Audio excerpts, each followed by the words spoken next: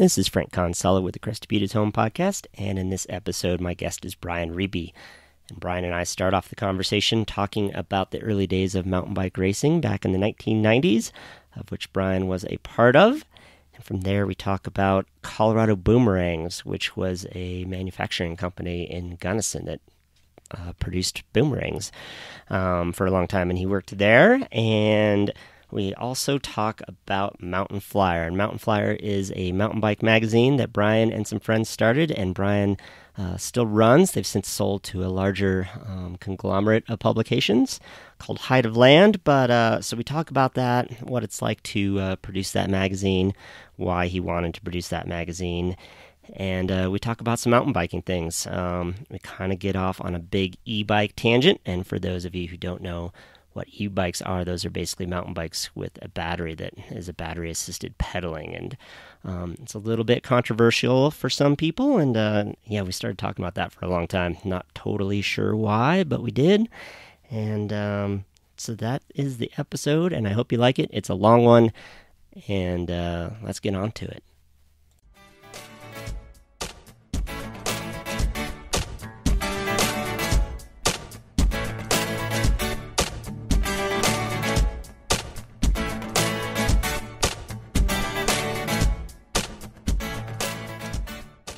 Today on the Crested Butte is Home podcast, my guest is Brian Riepe. So tell us a little bit about yourself and where you're from and all of that type of thing. Thanks for having me, by the way. It's great to come up to Crested Butte here. And I love being up here during what is at least left of off season now. It's a lot busier than it used to be, but yeah, it's cool to see the streets a little quiet for at least a month, right? So I've lived here since 1990. And I just started coming down here when I was a student at CSU in Fort Collins. And my wife had been my current wife, she was my girlfriend at the time. She had been coming down here to work for the Forest Service in the summers while she was at school at CSU. And I was racing mountain bikes, so we ended up in Crested Butte for some summers initially while I was still in school, and then moved down here permanently after that. Straight out of college? Yeah, and I actually didn't finish school at that point. Okay. I was about a semester away from finishing at CSU, and then ended up racing mountain bikes for about 8 or 9 years in between before finishing up at Western. Went back with my 15 credits I needed and finally finished school. So yeah, nice. Got a business degree with a geology minor from Western. I'd been studying geology at CSU. And had tons of credits with nowhere to go. And they all transferred, so it wasn't too hard. Mostly, I think. Yeah, they I did like 2.5 semesters at Western, or 2.5 years at Western. Oh, okay. So you did. It wasn't just one semester like you had it. I did not CSU. Everything transferred. No, I forget how much. Maybe it was just 1 year. At Western, and then a couple other credits or something anyway. But I enjoyed going to Western, though. It was actually great to go back at that point. I was finally mature enough to go back to school. Yeah. So, yes, we moved down here, and I originally grew up in New Mexico. I'm from Los Alamos. Okay. That's where I spent my entire youth. Gotcha. So growing up in Los Alamos, you already mentioned you were a mountain bike racer, and we'll get to that, but did you grow up riding mountain bikes then and outdoor sports? It was really just beginning. I think I picked it up, maybe I was a sophomore in high school. I got my first mountain bike. My brother got a bike, actually, and I stole it from him and rode his all the time. One of those original Specialized stump jumpers with the bullhorn bars and everything. Okay, yeah. Cool. Rode there, and when I was in high school, I rock climbed a lot too. I had a bunch of friends in school that we all climbed together and everything. So right, it was just and we skied a lot back then. New Mexico used to get snow, and there's a little private ski area in Los Alamos called Pajarito Mountain. Is that private? I didn't realize it was private. It's owned by a club. It was maybe 4 or 5 years ago. It sold to another private owner, but it was owned by the Los Alamos Ski Club for a long time. So you had to be like a member to ski there or whatever. Yeah, it was really cool, actually. It was a gotcha. great little ski area to grow up with. So you stole your brother's mountain bike, and you're riding in high school, and then, so when did you become a pro, like you were saying, in CSU? When I was at CSU, I think I did my first race in 1991 or maybe 1990. and race beginner with a fanny pack full of tools and beat up old $500 bike that I bought when I was at CSU or something, and just kind of just caught the bug and started racing more and more, and that was when racing was really growing. And there was tons of racing, and the Colorado Point Series was big, and the National Off-Road Point Series was big, and it was really a fun time to be in it. And it really kind of just it was going well, and so I just sort of, it really was never it wasn't really planned. It just went well. So you went with it. I think that's how it was for most of the people racing. Yeah. Did you in high school? Were you like a cross country racer or anything? Did you have an endurance background, or were you just not really? Maybe just good genes or something. Yeah. I mean, I was active as a kid, but I didn't do any school sports or anything really. It was all stuff of my own. So you did that for, what'd you say, 8 or 9 years. So what, you got any favorite stories or something about your mountain bike racing career that you could share? Years were definitely fun because I was on several different teams. There was a team that was organized out of here that was sponsored by Trek and Sports Pep, which was this sports nutrition company out of Colorado, and the handful of local guys here on that team, Patrick Mile and Sean Lordy. And then there was some racers from California that were on that team. I think Pat Mile sort of managed it at the time, and we traveled all over the country racing. It was a lot of fun. We got to see a lot of cool places, and then after that, I raced for Ibis Cycles for 3 or 4 years, probably up until it was around 98 or 99 that I kind of backed out of it, and sponsorship was kind of falling apart, and the racing scene was really changing, and it was a lot harder to find sponsorship, and so it was sort of I had to make a decision to do something else at that point.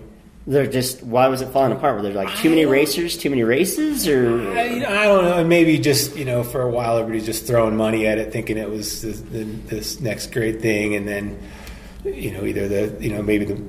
think some of the bigger companies that were sponsoring it did it for a few years and felt they got what they needed out of it and pulled out, and the sport just changed a little bit, and I think maybe went through some growing pains or something. And I think I look back on what we got, when we were racing for those years, it was a ridiculous amount of money that these companies were spending to really a team travel around and everything. And it seems like it's settled out now, where there's still, there's a lot of people racing, but there's, the sponsorship is a lot thinner. Even people more, doing it just because they love it, which is great.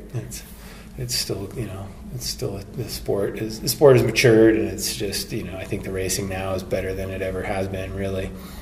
Yeah, you think so? Even though what's interesting now is how many different forms there are, I guess, because you've got enduro and downhill and cross country and lots of long distance events, I guess, could even be thrown in there. Lots of different things. But the quality of it is, I look back at what we used to race, and, it's like, the trail systems weren't what they are now, and we would race on anything, and it might be a lot of the double track roads and crappy single track, and the races weren't as long or not as well organized. It was just kind of a free for all. And you look at what is out there now, and enduro racing it's a really elite sport for the most part. It's hard to be a beginner enduro racer. The skill that's involved. Yeah, that's a good point. But I would have, if enduro racing had been around, in the 90s when I was first racing, I probably would have been a lot better suited for that, really, than yeah, you think so? You were always faster on the downhill kind of guy? Or just faster for short spurts, I never really, I was really good at, short circuit races or, 1.5 hour races, things like that. The super ultra endurance stuff never really fit well for me anyway. But on that end of it, even that kind of racing, I look at what's going on now. Even something like locally here, like the Growler, the class of racing there is fantastic. Yeah.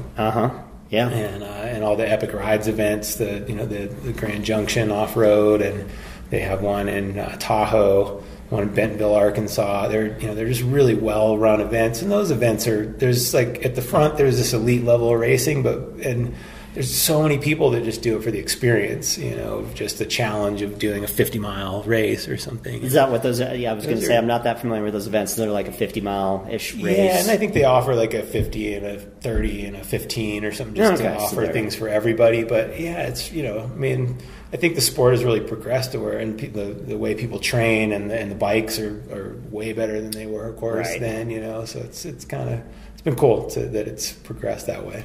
Yeah, for sure. Well, we'll get back to mountain biking, but for now, let's go back to, you've been here for a while, so what kind of work were you doing in and around your bike racing and since then? Yeah, when I first moved here, it was great, and I think in those years, Crested Butte in the 90s, people would just do whatever they could to live the lifestyle, and they, you still do that now. Yeah. But I think it was easier then, Yeah. You just come here and, I think I paid $300 rent to live on Maroon Avenue and just, I worked, restaurants, I cleaned condos, I did whatever. And, during the winter, when I wasn't racing, I worked at the Nordic Center for, 4 or 5 years, I think. I can't remember.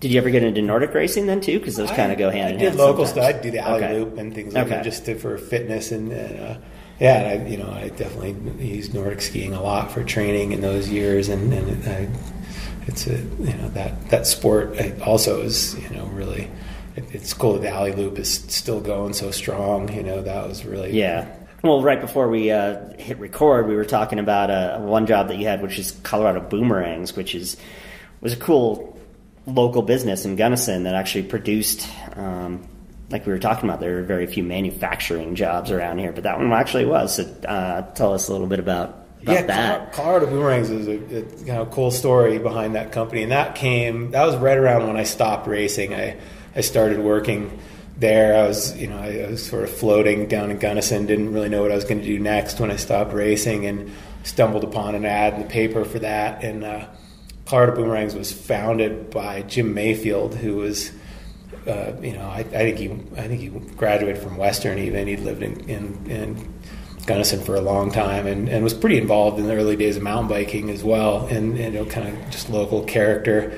And I don't know exactly what got him interested in boomerangs, but he started making these handmade boomerangs in his basement, and they were, he had 27 or 30 different models.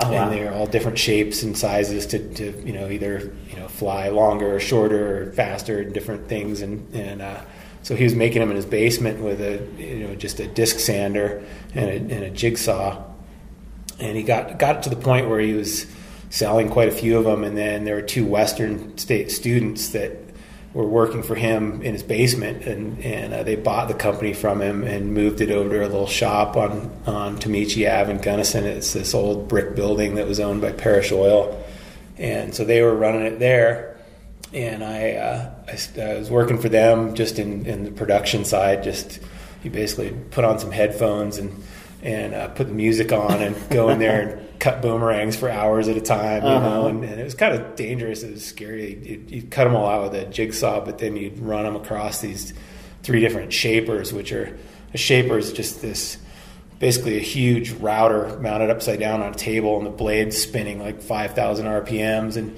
if you touch that with your finger, it's gone. I was just going to say, it looks like you got all your fingers. I got all 10 digits still, and somehow we survived But so they had a little jig for each boomerang, and you would run it across these routers and cut all the different bevels onto the blades to shape it so that it would fly.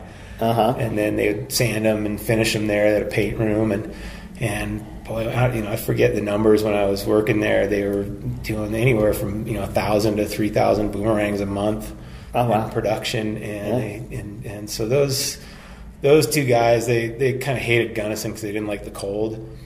And so that was what drove them out, and they sold the business to a guy that lived in Aurora that was just a boomerang fanatic, and he worked for the federal government. He was a bank inspector, and I think he'd come down to Gunnison and work the banks there, and that's how he discovered Colorado Boomerangs. And so he bought it, and he hired me to manage it. Nice. And I did that for 4 or 5 years. We had several college students that would work there over the years, and they'd kind of come and go, and I'd manage different people there. But and we kind of grew the business. He was really into growing it, and we did a lot of different jobs as we'd sell the boomerangs as promotional items. We did jobs for Mercedes and for Standard & Poor's where they would use them for trade show giveaways and things like that. That's awesome. And so when I was working there, I was kind of I still was mountain biking all the time. I still loved the sport, and I had a lot of other stuff going on. When I stopped mountain biking, I thought I needed something else to do, so I bought a horse. I was doing a lot of pack trips in the summer and things like that, and just kind of for other people, or no, just for fun. Okay, all right. And I did some endurance horse racing. Oh wow, distance horse racing. What kind of distance are we talking about? Like the endurance horse racing, they do either 50 or 100 mile, and sometimes multiple day races where they do 50 miles a day. It's an interesting sport. It's pretty cool. It's really you sort of have to know your horse really well. And it's getting bad though. I saw a lot of things where you can push yourself until you can't take anymore. But when you're riding a horse, a lot of horses, like my horse, just loved to run, and he'd run himself into the ground. So you almost had to slow him down. I had to slow him down a lot, and it was the way they do the sport is they have these vet checks every 20 miles or so, and they stop you, and the vet looks at the horse and makes sure that it's good. But yes, and there was a local race in Gunnison that they used to hold every year. They're not doing it anymore. And is this trail? I assume it's like trail basically. Yep. So yeah. So how long is a 50-mile horse race take then? Probably about 6 to 8 hours, depending, because they have the vet stops are a mandatory 1 hour stop. Oh wow! So it's a full time out. Yeah. So it gives the horse a chance to cool down and things. So I was doing that, and I was just kind of looking for other stuff to do. But I think I never really got the mountain biking monkey off my back. It's hard to stop something like that because it's sort of a lifestyle sport, and I just loved it. And I was kind of looking for way back in maybe or something, and.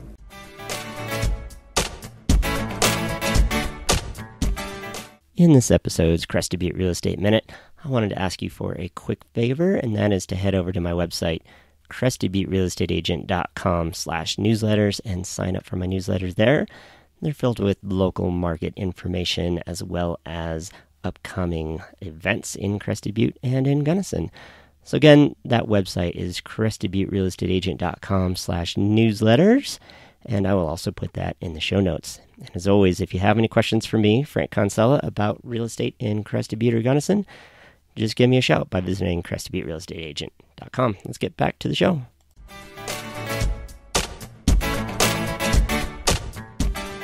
And I actually remember what led to it. I'd gone down to race the 24 Hours in the Old Pueblo, which is this 24-hour race in Tucson. A couple of local friends, John Brown, talked me into doing that, and we went down there. On the way back, we were talking. We're just like, we should do something. There's no all the mountain bike publications are in California, and there's nothing that covers the local stuff in the Rocky Mountains. So let's we should start something. So we came up with this plan to start Mountain Flyer, mountain bike publication. And I had a little background in it because my mother is a graphic designer, and she designed the paper for the Los Alamos National Laboratory, or the magazine. Okay. They did this annual report basically that was this huge production. It was like a 1-inch thick book that they would put out every year, and she was the art director for that. So I sort of grew up watching her do all the design work, and I sort of understood the production of it, And I always like to write, just kind of sort of something I enjoyed, and I like photography, so we figured it'd be something we could pull off, And that we kind of fizzled at first, and John and I talked a few times about it, and I forget what, he was too busy doing other things, and he didn't end up, we didn't end up partnering on it in the end, and so I ended up just starting it anyway, and I did 3 or 4 issues on my own, and then two guys up here in Crested Butte, Steve Mabry and Chris Hanna. They had a print business up here in Crested Butte, and they were printing it for me. Okay. And they were mountain bikers, and they just were into it, and so we started talking about coming in as partners on it. So I think it was issue number 5 that they started. They came in too. Yeah. What year was this then that this is all starting? That was 2004. 2004. Yeah. Okay. All right, some mountain flyers. So that's my history of employment. Well, yeah. I mean, 10 minutes I don't want to. Definitely want to talk about that. There's no serious jobs in there really. Well, starting a business is definitely a serious job. That's when it got real. Yeah. So what? You saw a place for it, but at that point, even by 2004. I think probably journalism and print magazines were starting to change and be more difficult because of the internet, but you still thought there was a place for this specific magazine. Yeah, there definitely was a place for it, and it was really that was really the beginning of digital. I remember when the first probably 6 or 7 issues, we were still using print film and print photographs that we were scanning at that point, because digital cameras weren't good enough then yet. Yeah. And the design software was already in use. Mm-hmm. So all the design was done on the computer at that point, but the photography was still film there. And slides. I remember they had this scanner over at Crested Butte Printing where they were printing it, that it was they probably paid $30,000 for this scanner. Yeah. It was this huge table-sized scanner, and by the time they were done with it, it just went in the dumpster. I was going to say, like 2 years later, they're like, all right, we have no use for this anymore. It's worth pennies. Exactly, yeah. It was just obsolete. Wow, yeah. And then at the same time, too, then, you couldn't put a magazine like that on the internet. I mean, you could, but it would have taken a long time to download some of the imagery and everything like that at that time. Oh, yeah. But then again, 2 years later, it was like, boom. Yeah. Oh, yeah. That all happened really quickly. And I remember, it was probably, maybe by 2006 we had a website for it, and it was real basic, but things were really starting to shift at that point. Yeah. Not noticeably then, and I think it was really, because I remember I still really had this attitude that print is, this quality piece that you're producing something real, and the web is just sort of, at that point, it wasn't anything that wasting time or something dinking around on the internet. There wasn't anything quality online. Mm-hmm. Yeah. People hadn't figured out the business model yet. People weren't interested in web advertising, really. It was none of that was in play. But that, between 2006 and 2010 is when that, just completely reversed. And by 2011, you were starting to, it was a complete role reversal, where it was, that's where people started talking about print dying and okay. So it was, I mean, it's hard to figure out exactly when that time was, but so last year, however, you sold the magazine, but you stayed at the helm. So talk a little bit about that and how that came about. Yeah, it was really kind of serendipitous, I guess, and we, at that point, I'd been running, Mountain Flyer had been around for almost 12 years when I first met Adam Howard, who was the CEO of Height of Land Publications, and they own Backcountry Magazine and Alpinist, and they have a cross-country ski title now also. He was out here skiing in Crested Butte, and they had an event for Backcountry Magazine that they do every year called Backcountry Base Camp, and they had done one in Crested Butte where they do ski demos and avalanche classes and things like that.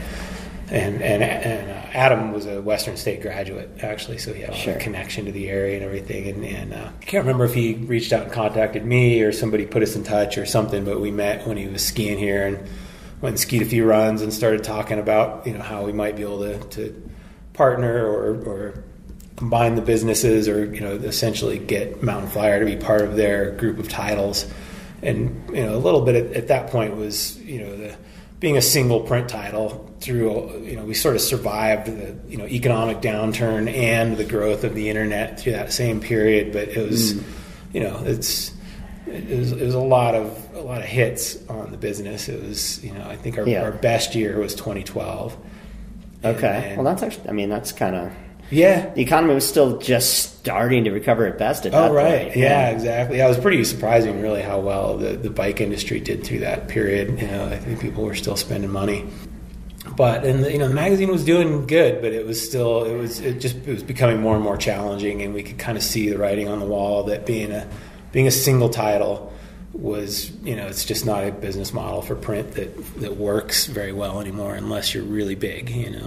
Why does it work better to have multiple titles? What's the advantages? Well, you just have a lot more reach across a bigger audience, and you can combine resources. We have the same designer that's working on all four titles, and for advertising, there's a lot of advertisements that a lot of advertisers that fit all four titles, and you can offer them a better value if you're.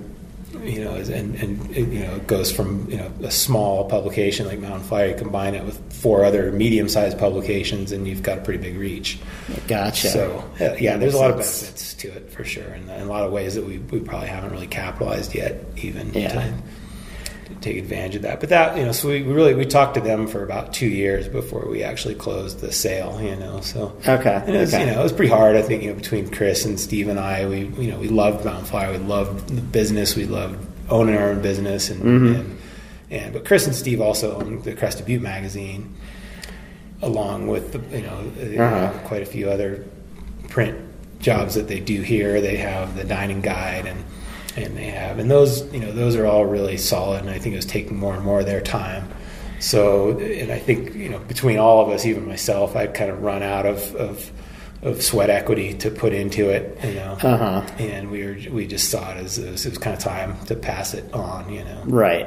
So before you sold it, was your role like everything? Were you were editor, writer, every advertiser? Were you getting this? I was doing for a period. We had 2 ad sales representatives, so I wasn't doing as much. I started out doing all the ad sales, of course, and then once we had 2 other guys working, I tried to. At one point, I tried to completely exit that, but it was pretty hard because it felt like a lot of the advertisers still kind of wanted the end of the conversation to be with me. The face of And it was hard to completely step aside. But the 2 guys we had were great, and they were really knowledgeable and good salespeople. And so, there was a point where I tried to do less and less, not be the everything person. But, and Chris was the art director. Chris was always doing the design. Okay. And then Steve and I would kind of shared business administrative duties, and then I was the editor. So now at least I have fewer hats to wear. Which is what? Are you basically editor? Is that your title, or? Yeah, editor is my title, but I kind of had to step back into doing a lot of the ad sales because I was really the only one with all the contacts. In the bike world, Yeah. Okay. So at this point, that's where we're at now. Is I'm really it's traditionally it's more the publisher role that would be the title, but I think I still try to oversee editorial as well. We have managing editor Trina Ortega is our managing editor. She lives over in Carbondale, and I actually have known her since we were freshmen in college. She was at CSU. At CSU too. Wow, awesome. Yeah, and she was she was a journalism major there, and really she stayed on that journalism track all through. She worked at Climbing magazine. For, I don't know, multiple years. I don't know, maybe 3 or 4 years, and then she was the editor of the Carbondale newspaper. Gotcha. She's worked a bunch of, so she's really. She's a much more skilled editor than I am. She's got the background in it, so that's sort of our base team now. And then we've but aside from combining with some of the staff at Height of Land, they're in Vermont. And how often is Mountain Flyer published these days? It's quarterly. Has it always been quarterly? Mostly. We did 2 years where we did 6 issues a year, and that was 2011 and 2012. Okay. And I don't even know how we did it, actually. When I look back, I'm like, well, I don't know how we found the time, because that's when you're doing 6. You really don't have a lot of time in between issues to get right. As soon as one's done, you're like, okay. Are we all set with the next one? You're having to actually work ahead at that point and have multiple things going on, multiple issues being worked on at the same time. And the ad sales is really difficult when they're that close together. If you're trying to sell between the issues, you usually sell about 70% of the ads way ahead of time. The companies will book out the year or things like that. But then you're filling in a lot issue to issue. And so it's you're scrambling to fill up the last spaces. Mm-hmm. Yeah, gotcha. Especially as that tightened up, and that sort of, after the last year that we did the 6 issues, it wasn't a very difficult decision to go back to quarterly. It was kind of like, we need to do this, Yeah. Well, Mountain Flyers started their own podcast. When I reached out to you, you mentioned that you were about to start one. So why podcasting, and what other types of media do you think Mountain Flyer is going to pursue in the future? Why podcasting? I've never been a podcast listener because, and I was trying to think of it when we started talking about doing a podcast. It was because podcasts are gaining in popularity and they're a great format, and we need to expand into more digital formats as well. But and I started researching it more when we were talking about doing one, and I started stumbling upon these, some of these podcasts are 2.5 hours long, things like that. I was like, when are people finding the time to listen to these, and my assumption is it's a lot of commuters, people who have a long commute and they're in their car or travel a lot and have a lot of time like that. And so I started listening to some, and I love them. I kind of found all these different podcasts that I was like, this is just a great format because it really fits what we do with Mountain Flyer, which is long form, high quality journalism, things that take, you're going to put some time into and take the time to really embed yourself in reading it or listening to it. And I just love how podcasts are a way to put long form journalism into a digital format. Yeah. And, they're even in some ways better than, a print interview or print profile on somebody where you can, you end up throwing away half of an interview when you publish an interview in print because you just don't have the space to, 2 hours worth of talking. You can't, it's a whole, it's the whole publication. Even a 30-minute podcast, honestly, if you went word for word, would be. Oh yeah, it's so, but it puts it into a format where it's comfortable to listen that long, and you can listen to 40 minutes of it and then come back later and finish it on your next drive or whatever. And so it's really, and it's it's a way to have a conversation with somebody that goes way deeper than an interview will. And I think you get you really.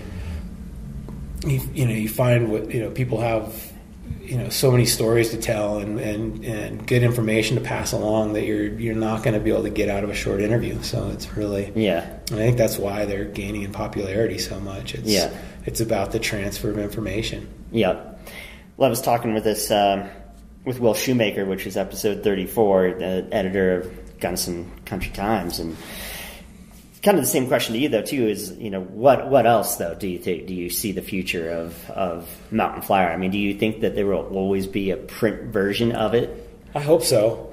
I think there will. It's funny because people still absolutely, the feedback we get is people still love print. They love a printed product, and it has to be very high quality now. I think that's the model, and we're pushing the paper quality up even more now, and we increased the format to a little bit larger size last year.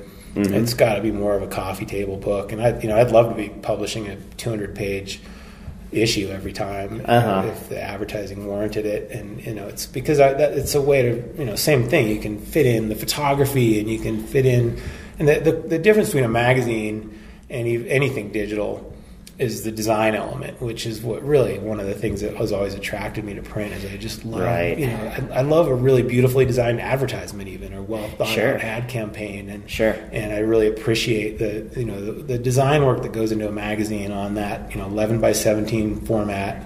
That's a big page. And it's really it's an amazing skill. A graphic artist is sort of applying all sorts of elements there, and especially with the softwares that are available now and the quality of the photography, it's the quality of print you get now is way better than you got 10 years ago.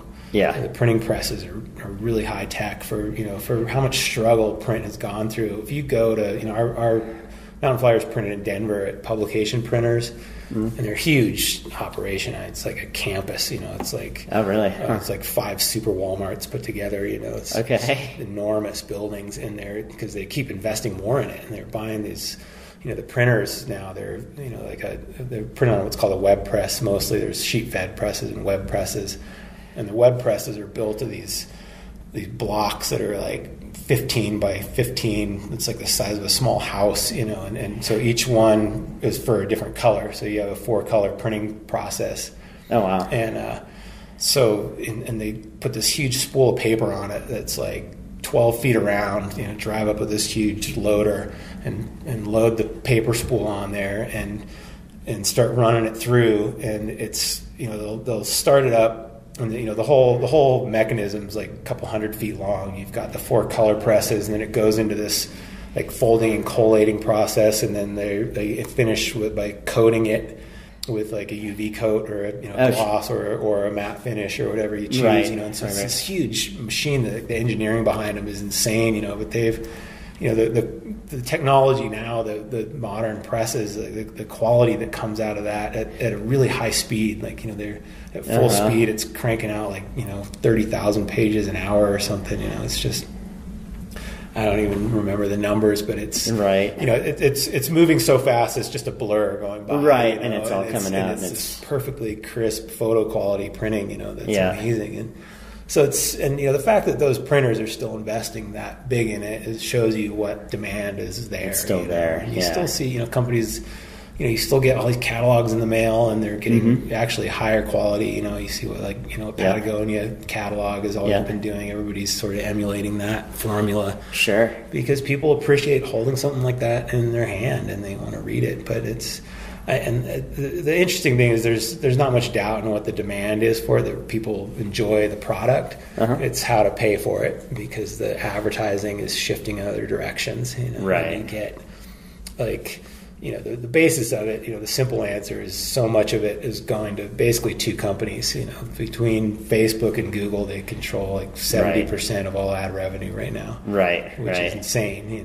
That doesn't leave much for the rest of us to scrap for. Right. So all these, even the bigger publishers, they're trying to figure out it's essentially shifting the burden onto the consumer to pay for it. Right. Where you used to be able to subscribe to a magazine for $8 a year or something. I was going to say, and that's tough too, because then you're like, all right, it's $50 for our or something. That's where it's going. And there's certain publications that have always been that way, like the Surfer's Journal is sort of the example that everybody looks at. That it's $80 a year.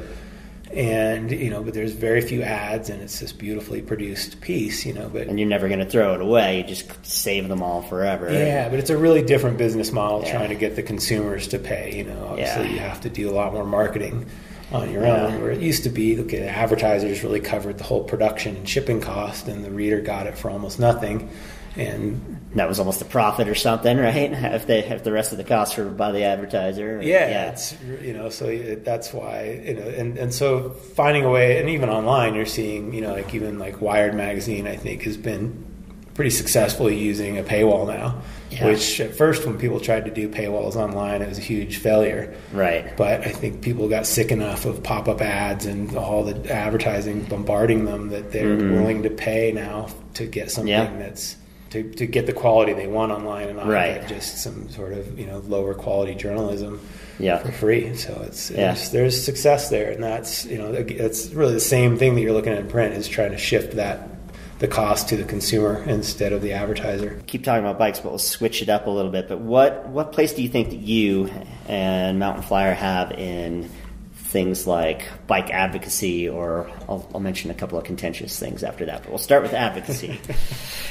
I think it's a big responsibility, and I think it's there's a lot of information out there, and that's where thankfully there's the good sides to social media and everything is it's given, I think, those advocacy organizations a better place where they can have a continuous voice instead of waiting for the other media outlets to pick up their stories if they think it's worth it.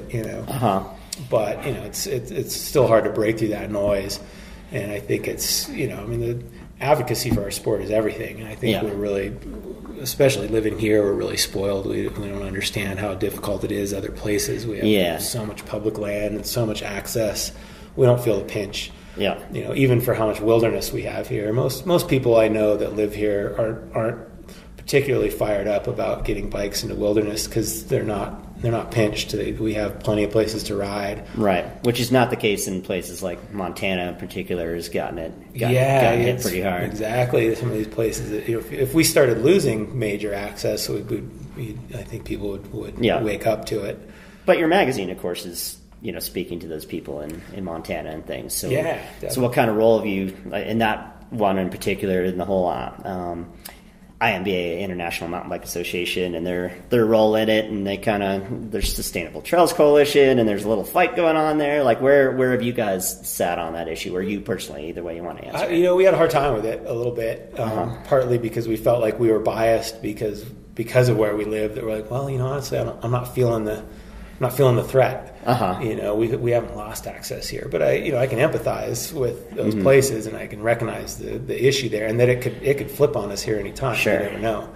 And we tried to stay a little bit neutral though, because I didn't want to necessarily pick a side between IMBA and STC, because I didn't feel like it was my place to say like, hey, readers, this is give your money to these guys, not the others. And you should do this, because they really both had their fair points, and I think it's really settled down. I don't know if there's really quite as much controversy between them anymore.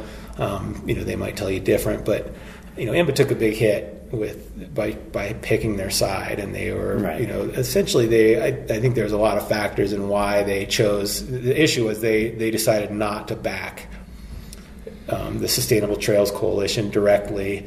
And well, not only did they not back, but they even kind of said, we don't agree with you. Right. Which was the other thing. Instead of just being quiet. They chose to not support the bill. Right. That was which was just reintroduced, by the way. Oh, it was? In the last week. Oh, wow. Okay. I didn't hear that, so actually. It might be coming again. Right. Are there different sponsors for the bill now? No, or is it the same. One. Okay. Because that was part of the issue, is the two sponsors on the bill were two, Republican congressmen from Utah, and one from Utah. I don't know all the details. They were, basically a lot of ties to the oil and gas industry and things like that. And I think a lot of people on the IMBA side were saying like, well, these aren't necessarily the guys we want to create a coalition with. We're all for bipartisan deals and everything, but we're afraid that, are we selling out here that, by supporting this bill, what are their intentions here? Do they really care about mountain biking? Right. Or are they seeing this as a foot in the door to open up wilderness to everything? Right. It's a way to destroy the Wilderness Act. And, right. That might be paranoia or overly suspicious, but it is strange for these two congressmen to be, they don't care if we can ride our bikes in the wilderness. Right. Right. Or at least that's the theory. That why would they care, Right. And is it a bigger thing, But, boy, it's a hard one to swallow, I think, from both sides, I think. Yeah. And most people at IMBA would tell you, ideally, we would love it if wilderness was open to bikes. It's not that we don't want that, but we see that how we have to be careful. The way we lobby in Washington D.C.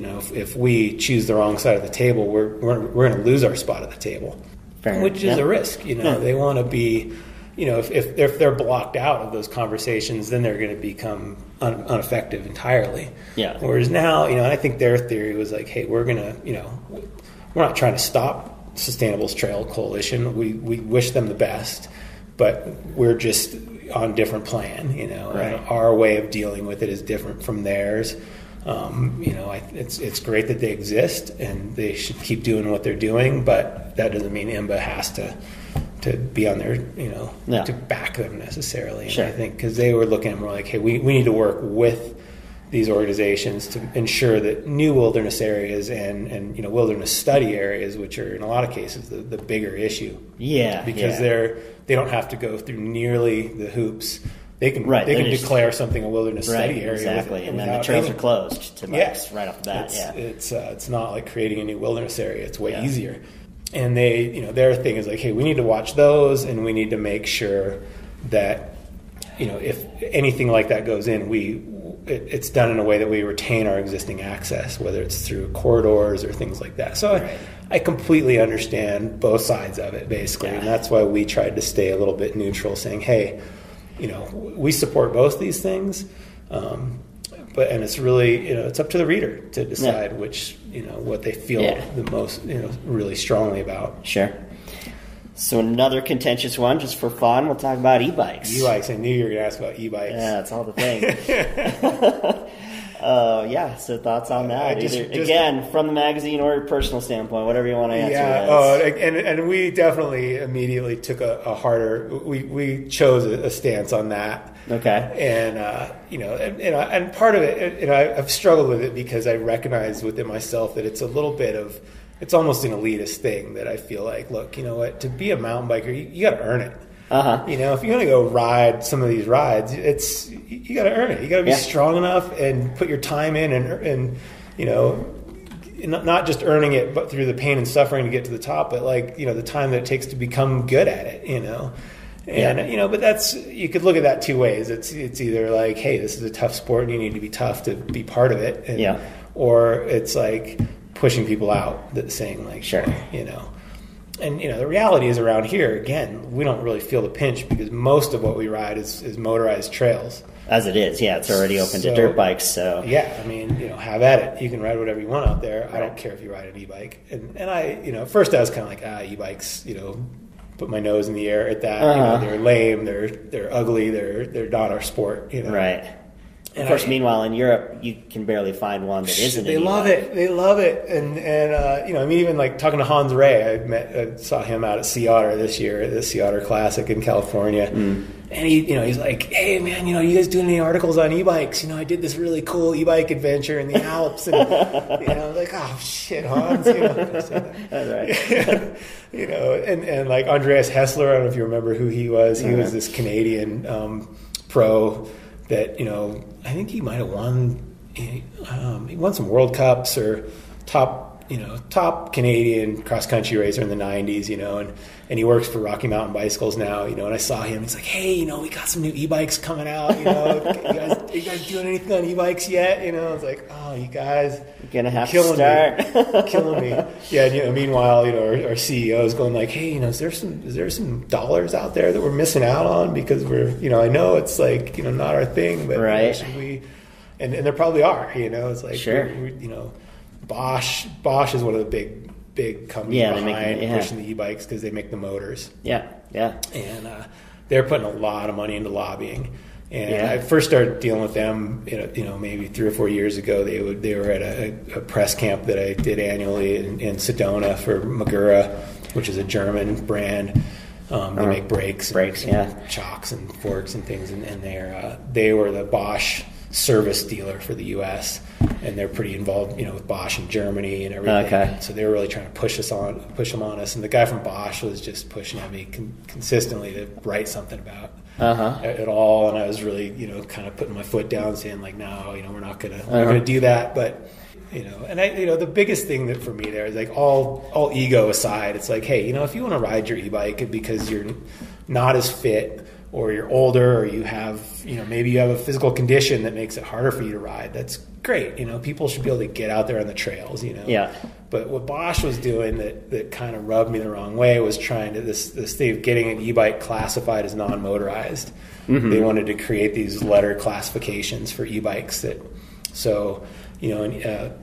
a pedal assist bike wouldn't be counted as motorized, so that they could get those on non-motorized trails. And that's sort of, to me, where they drew the line. I was like, well, what you're doing there is you're risking our access in these areas. If you've got a really congested area that has non-motorized trails, and all of a sudden you're throwing these e-bikes on there, then, these are our foes out there, the Sierra Club and some of these groups that are really anti-mountain biking are going to jump on that. Right. And what's going to happen is, the land managers are either going to be on our side and be like, oh, you know what, it's all cool, it's still a bicycle, it doesn't go that fast, it's quiet, we're okay with it. Or they're going to say, you know what, this is just too much for us to manage, we're just nixing it on the bikes, no bikes on these trails. And right. I haven't heard of any instances yet where people have lost access, but if it does happen somewhere, it'll cause a firestorm. Yeah. I mean, it's an interesting one. I mean, you take like a Trail 401 that most people are familiar with, and that's non-motorized, but at the same time, you want to think about an e-bike. Well, like, what if someone rode an e-bike up that road instead of shuttling it, which people are doing like crazy, and then you turn your motor off and you go back down it? What's the problem? And going down, you're probably not using the motor a whole lot. Even if you didn't turn it off, you don't have to use it. But you can unplug the thing. You could just and that argument, great if people aren't having to shuttle, and that's right. I mean, it's an interesting one. Are pushing that, and I think it's true. I think, and even lift service mountain biking isn't particularly environmentally friendly either. I mean, they're going to keep running lifts all summer anyway. But sure, I mean, still, people riding their e-bike up to the top of these places. But it is, essentially. Have you ever ridden one? For about 100 feet, and I was like, "Whoa, that has a lot more pep than I realized." They're really fast. They're really fast. Yeah, even uphill, they're really fast. And that's what a lot of these guys from Europe and some other people I know are like, "Hey, it's like it turns the uphill into a downhill. Into fun, yeah. You can shred the uphill now, right. Especially some of these, sort of more gradual uphills around here, like something. I mean, they're fast. You're basically going World Cup race pace the whole time on it.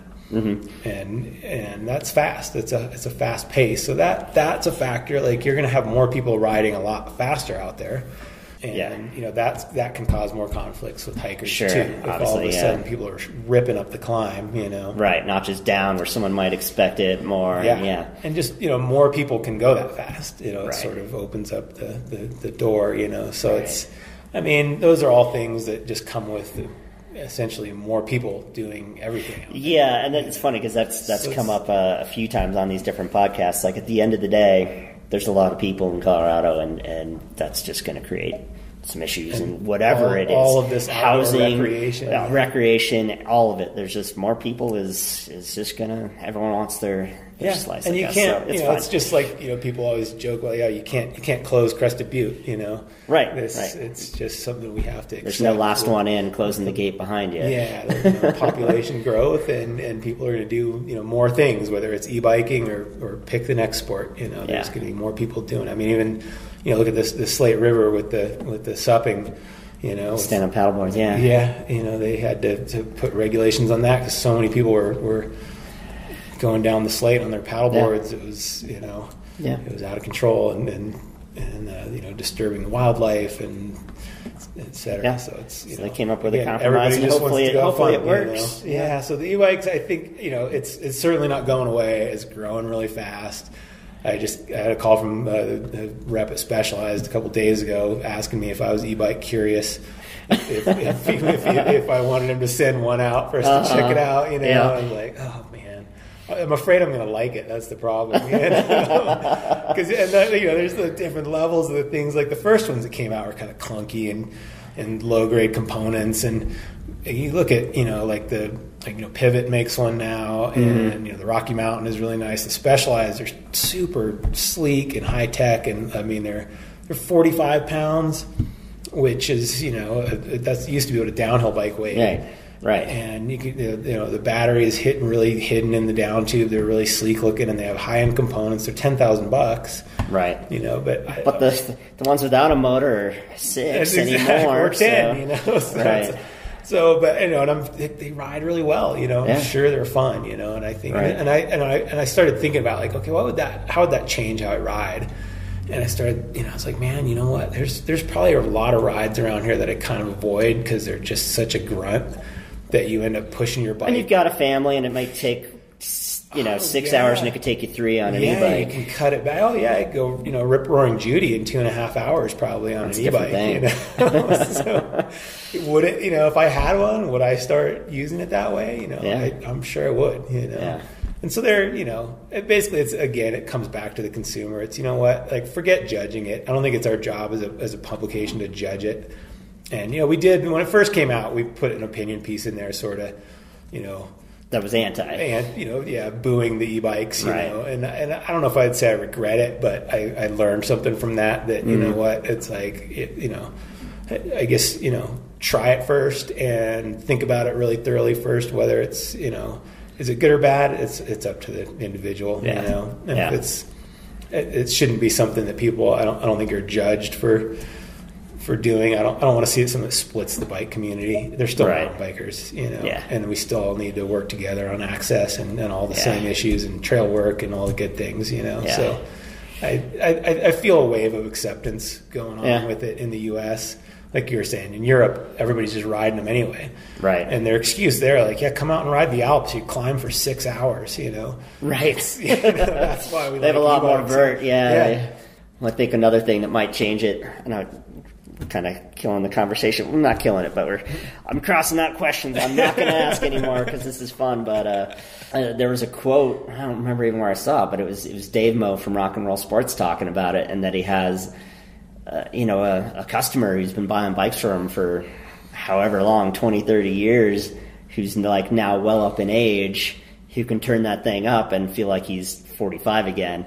And you and I think we're both in our 40s, right? Like, it's going to be a blink of an eye, and we're going to be like, it's going to hit I get us one of someday. those e-bikes and still do what I could do in my 40s, let alone our 20s. So, like, that's I think when e-bikes will really kick in, because there are so many of us in this generation who, the generation that's older than us, they didn't grow up with mountain bikes. So, granted, a lot of them do mountain bike, but I think it's the Gen X and below that really kind of like, that was a thing you could buy when you were a teenager or whatever. Yeah. And we're the ones who are going to be getting a little older, like, that little assist sounds like a good idea all of a sudden. Awesome, And it's, I've had a dirt bike in the past. I love dirt biking too. The e-mountain bike is just like a really light dirt bike. Sure. And that isn't spreading out exhaust on the hikers or whatever. Not that I don't want to get in an argument from a dirt biker, but anyway, I mean, so. It's so, and that's, for me, I was like, well, you know what, I like dirt bikes, so why would I care about e-bikes, Right. And the other side of it too is that the e-bikes are, a really good thing they're doing is, on the commuting side, if more people are commuting on e-bikes, they're awesome for commuting. I would, hands down, if I had a half-hour commute, I would buy an e-bike in a second. And, I ran into Mike Nolan when I was coming up here. He owns the Elk Mountain Lodge, and they run the Devo program here, the kids program. He had his daughter on the back of his e-cargo bike over there at the grocery store, and he's just cruising around town on that. Sure, those things are sick, same here. I live on Mount Crested Butte, so it'd be much more pleasant at the end of the day to just cruise up.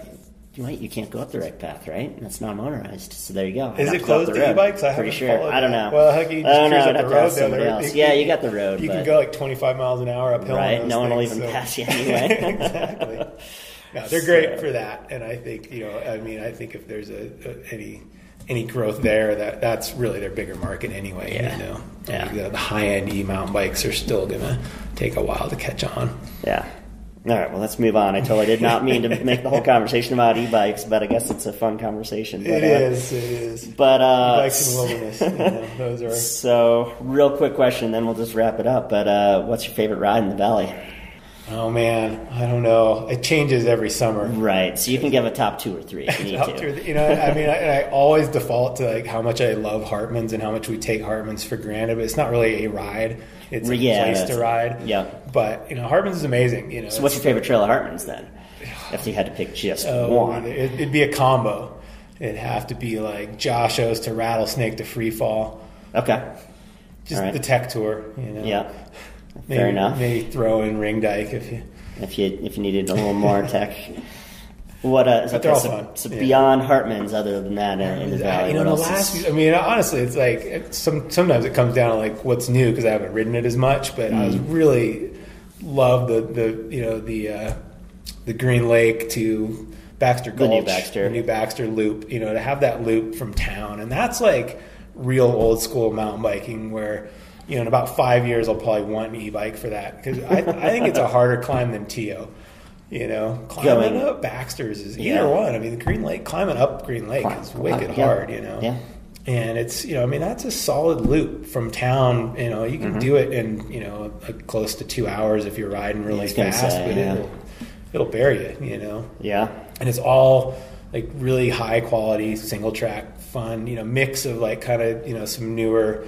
More purpose-built trail where that's good switchbacks and lower gradients to then the Green Lake Trail that's just old school. It's got some really wide fall lines straight down. Yeah, wasn't designed to minimize the gradient. Yeah, and it's great. It's definitely really cool to have that right from town. Yeah, and that they're able to build more things like that. But and then all the stuff around Cement Creek is some of my favorite riding. Yeah, that's great. Double top to waterfall, things like, it's all the old moto trails that are, Yeah. you know, do not comply with modern IMBA standards. Right. They don't right. drain well. They're not, Yeah. they're one directional because you really can't ride up it, you know.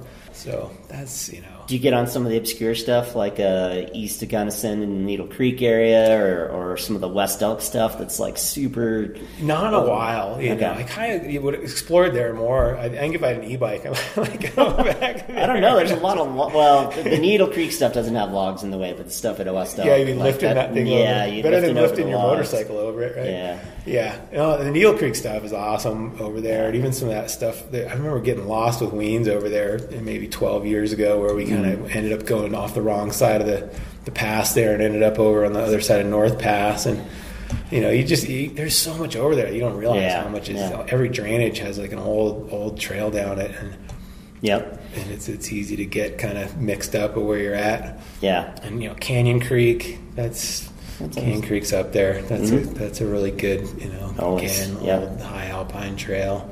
Yep. Yeah, for sure. But you know, gosh, even, you know, some of the stuff they've been building close to town, between you can ride, or, you know, like, you know, I have a 12-year-old daughter, and, you know, when she was like 8 or 9, she first started the Devo program here, the kids development program, and we would drop her off there. My wife and I would go for a ride, but we're like, we want to kind of stay close to town in case it's, in case you get a call or whatever, Yeah, or if it's, you know, we get caught in a thunderstorm or have a mechanical, it's really bad parenting to not show up to pick up your kid at the end of Devo, right. You know? It's like...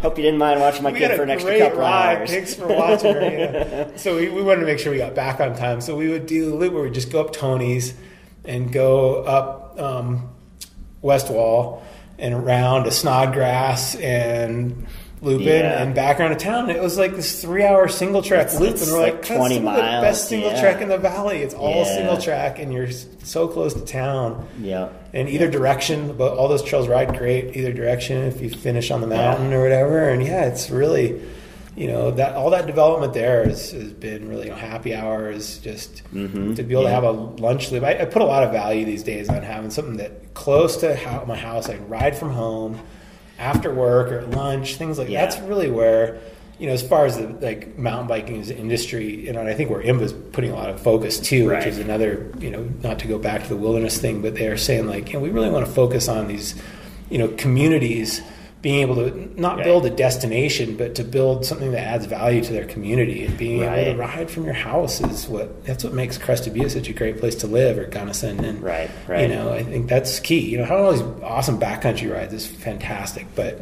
it's not where you're going to spend most of your time, especially if you have other responsibilities. You know, when being able to have, you know, to access something like Baxter when you at lunch is exactly. You know? Or quick after work ride. It's nice to be able to do that. Yeah, so there's my 3 favorite trails. That just became 10. They're all connected, right? It's all just one trail. Right. Well, they are, exactly. Go get the Mountain Bike Home app and finish Trail Quest, and it's just one 750 plus mile trail. Exactly. So, all right, well, we'll wrap it up. So, connect it all. Gunnison Valley is home for you. Why do you still choose to make this your home?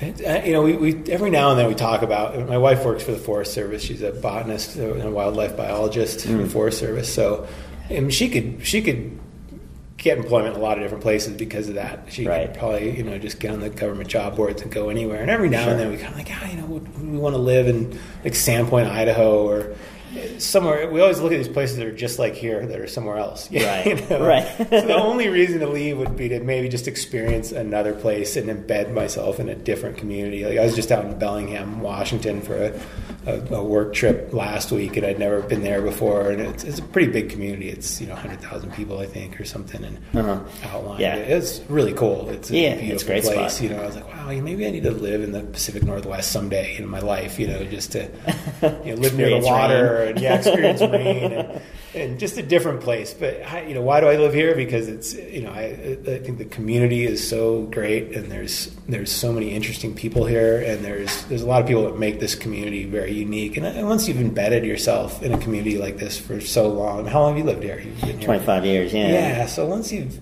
you know, it really just changes the way you live when you have that many connections, and that many, your friends. And I think, now my daughter's 12 now. I don't know if I could pull her away and make her right at that point move in life, out at that time, so. But, and I think especially as this community is growing now and really kind of maturing, it's opening more opportunities, I have an office in the ICE lab down in Gunnison on the western campus. Nice, and that organization is, it's gone through some growing pains and changed some management and stuff, but it's really on a good track right now. They're doing a lot of cool stuff, and seeing that kind of energy come in as far as business growth, and they're bringing in they're trying to get more outdoor industry here and things like that. But which makes sense. Yeah, they're, so just a lot of good energy like that, and I think things like that are what help keep me here too, to see that there's enough people here that really have that, there's a lot of intelligent people here, and there's a lot of that mindset of like, okay, how can we make this place even better and make the quality of life better here. Where can people learn more about Mountain Flyer? What's the address, the web address for that? mountainflyer.com. And it's spelled out, right? M-O-U. It's not MTN. No, and either Mountain Flyer Magazine, I think, is the official full URL. But if you type in mountainflyer.com, it'll go there. Perfect. We have that URL as well. Perfect. All right, and then the podcast is on there too. You can track that down on there too. It's just Mountain Flyer if you look it up on Apple or whatever podcast you're into. Cool. Yes. And then last question: who else should I interview? Who else? There's a lot of good people here, and I don't know everybody that you have interviewed. I know it's funny. I'm getting to the point where people are like, "Oh yeah, I already did that. Pretty sure I have two people that you haven't. The first one would be Kurt Olson. Oh yeah, you know Kurt? Yep. Kurt's a surveyor. He owns Meridian Design. Kurt was my horse packing buddy, and he's a really good storyteller. You're not going to talk much. Perfect. If you interview Kurt, he'll just I call him about survey stuff for some of my real estate clients sometimes, and he'll just go on and on about the surveyed and this. He's got a lot of good stories. He's a Western graduate. There in the late 80s, in the good years, And he was a ski coach here. He was on the ski team at Western. And cool. Tons of history here, really good stories. Awesome. And he would probably lead you to a lot of other really good stories. Awesome. Either that or Lou Warner. Sounds perfect. Lou was actually the original founder of Western Spirit cycling tours in Moab. Okay. And now he's here part-time. He owns a fly fishing camp in Chile. It's called Bahia Bonita. And awesome. So he's a fantastic fly fishing guide. I think people come here and for years that have had him, and they demand him. He's sort of the one they want to take him out. The guru or whatever. Yeah. So he spends the summer here, and then he spends the summer in Chile at the fishing camp there. So perfect. He's got a lot of good stories too. Awesome. Yeah. All right. Well, thanks so much. Yeah. Thanks for having me. Thanks for listening to the Crested Butte is Home podcast with me, Frank Consella. I hope you enjoyed it. I'm super sorry that I didn't get one out on time this week. Some things happened, and family comes first. But hopefully we are back on track to come out every couple of weeks from here on out once again. I hope you enjoyed this episode. Please let your friends know about the podcast if you enjoyed it. And as always, you can let me know if you have any questions about Crested Butte or Gunnison real estate. My website's crestedbutterealestateagent.com. And thanks for listening.